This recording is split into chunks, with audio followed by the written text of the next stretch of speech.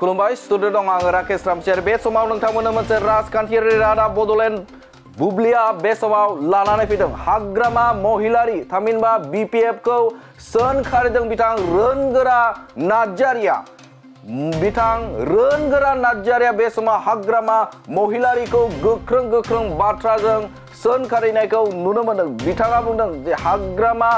महिलारि बे हाग्रामा महिलारि एबा BPF नि जे गोरोन्थिनि थाखायनो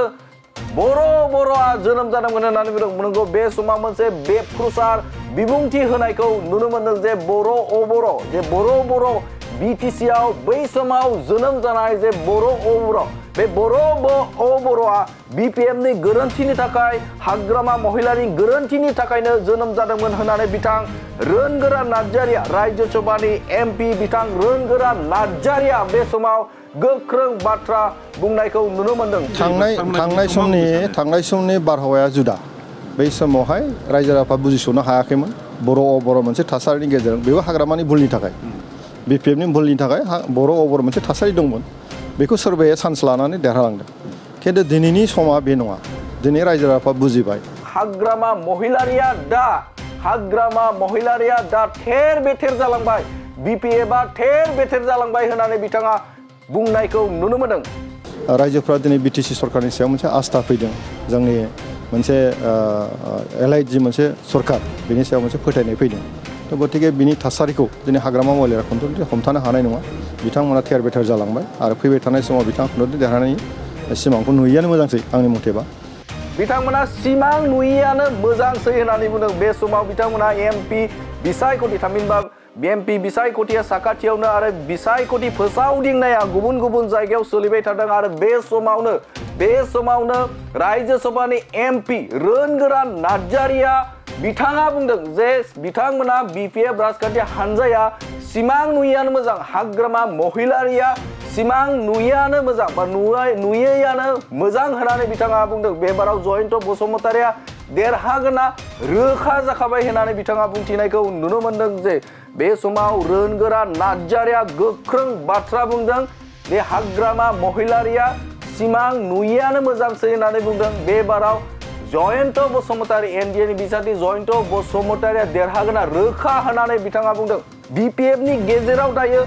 नांलाय खमलाय सोलिबाय दं होननानै बुंदों दा BPF नि गेजेराव थामहिनबा BPF नांलाय खमलायानो दासिमबो जोबाखै सोलिबाय दं होननानै बिथां रोनगोरा नार्जारिया गोख्रों बाथ्रा बुंनायखौ बे समाव नुनो मोनदों थारैनो बे समाव हाग्रामा महिलारि बा BPF दैदेननायावनो बर'आ जोनोम जादोंमोन होननानै बिथां रोनगोरा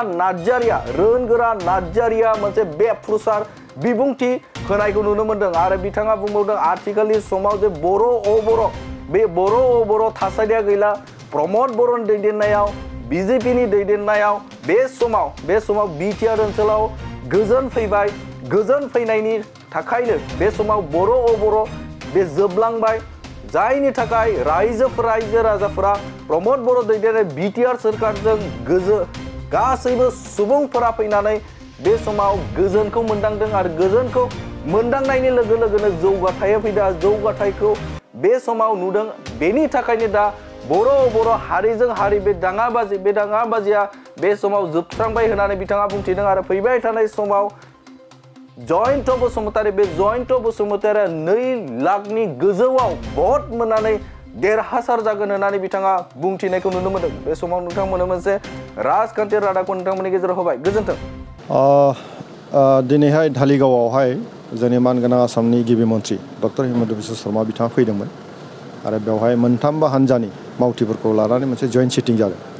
UPPL BJP आरो AGP बेवहाय फैगौ लकसभायाव जोंनि जे NDA नि केन्डिडेट जयन्त बसुमतारिखौ देरहानांगौनि थाखाय जोंनि वार्कारफोरखौ मेन्टेलि जों फिट खालामदों आरो माखासे मोजांथार बिथाङा बोसोन होलांदों जे बोरै मावनांगौ बोरै मावनाङा मोनसे स्ट्रिमलाइन मोनसे मिटिं आरो खोब मोजां जादों बयबो मोजां मोनदों आरो जों दिनैहाय मोनसे थिग जाबाय जे एसे एनै खामानि दंबावोमोन मावनांगौ बे दिनै क्लियारसिन जाबाय आरो दा ओंखायनो मोनसे स्पष्ट इन्सट्राक्सन जे जोङो 2 लाखनिफ्राय 3 लाखनि गेजेराव देरहागोन बे जिनिसाबो जों स्पष्ट नुदों आरो जोंनि वार्कारफ्रा बिराद मोनसे गोसो होसारनानै दिनै मावनायनि थासारियाव दङ आरो आं मिजिंथिदों दिनैनि जे मिटिं बे एग्जास्टन जोबजासिम मोनसे मोजां इम्पेक्ट गोलैसिगोन आरो बयबो ज' खामानि मावलायनायनि मोनसे थासारिखौ जोंनि गेजेराव फैबाय आरो जों दा बेबायदिनो मावलांसिगोन। बेनि गेजेरावनो सार जोङो गुबुन दोलोफोरखौबो बिराद गोख्रों खामानि मावनायफोरखौ नुनो मोनो। बिसायख'थियाव बे मोनसे गणतान्त्रिक देश बिसायख'थि फैनाय लोगो लोगो बयबो राजखान्थि हान्जाया गावगाबागाव दोलोनि जे बिजाथि बेखौ देरहानांगौनि थाखाय खामानिखौ मावो। खिन्थु लकसभा नैबे फैगौ जे लकसभा बिसायख'थि जे क'क्राझाराव स्पेसियेलि क'क्राझाराव एनडिएनि जे बिजाथि जयन्त बसुमतारी देरहागोन बे एखेबारे स्पष्ट जानानै फैबाय दिनैनि तारिखआव। खारन बेवहाय बिपिएफ दंमोन जोंनि जे अपोजिसन पार्टि हिसाबै दा बिपिएफनि अबस्थाया खोब गाज्रि बिथांमोननि गेजेराव नांलाय खमलाय दाबो दङ बिथांमोननि जे एमसिएलए दिनै ज' जानानै थानो हायाखिसै आरो स्पेसियेलि हाग्रामा महिलारि बिथांनि दैदेननायाव जिखिनि आगोलनि जे 15 बोसोरनि जे खामानि मावनाय बेनि हिसाब निकासखौ दिनै रायजो राजाफ्रा खालामबाय। दा नुबाय जे बिथाङा जेरैबायदि मावदोंमोन बे जायाखै रायजोफ्रा दिनै गोजोनाखिसै। प्रमद बर' बिथांनि दैदेननायाव दिनै बिटिसि सरकार सोलिगासिनो दङ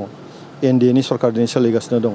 बिथांनि दैदेननायाव जेरैबायदि मोनसे सान्थिनि गेजेरजों जौगानायनि खामानि मावबाय जनकल्याण आसनिफ्रा दिनै फारसेनिफ्राय जाफुंगासिनो दङ बेखौ रायजोफ्रा खोब मोजां मोनदों। गतिके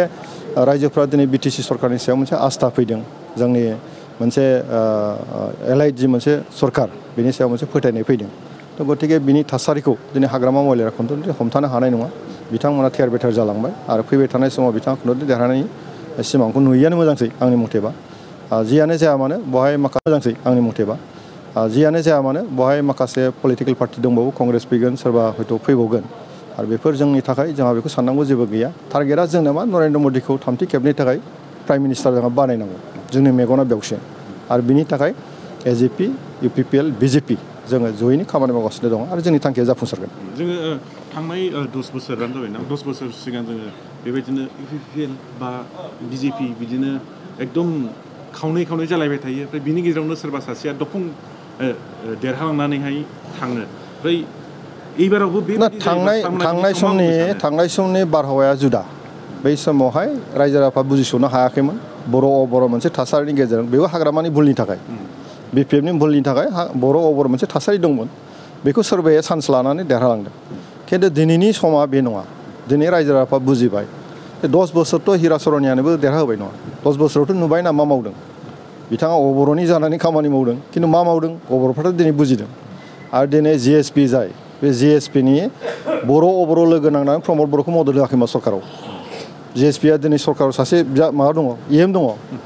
दा गतिके बेवहाय बर'नि प्रश्नआनो गैला दिनैहाय दा गतिके बै थासारिया गैला बे बाथ्राया दिनैहाय बेखौ लानानै दिनै सावरायला रायजोफ्रा दिनै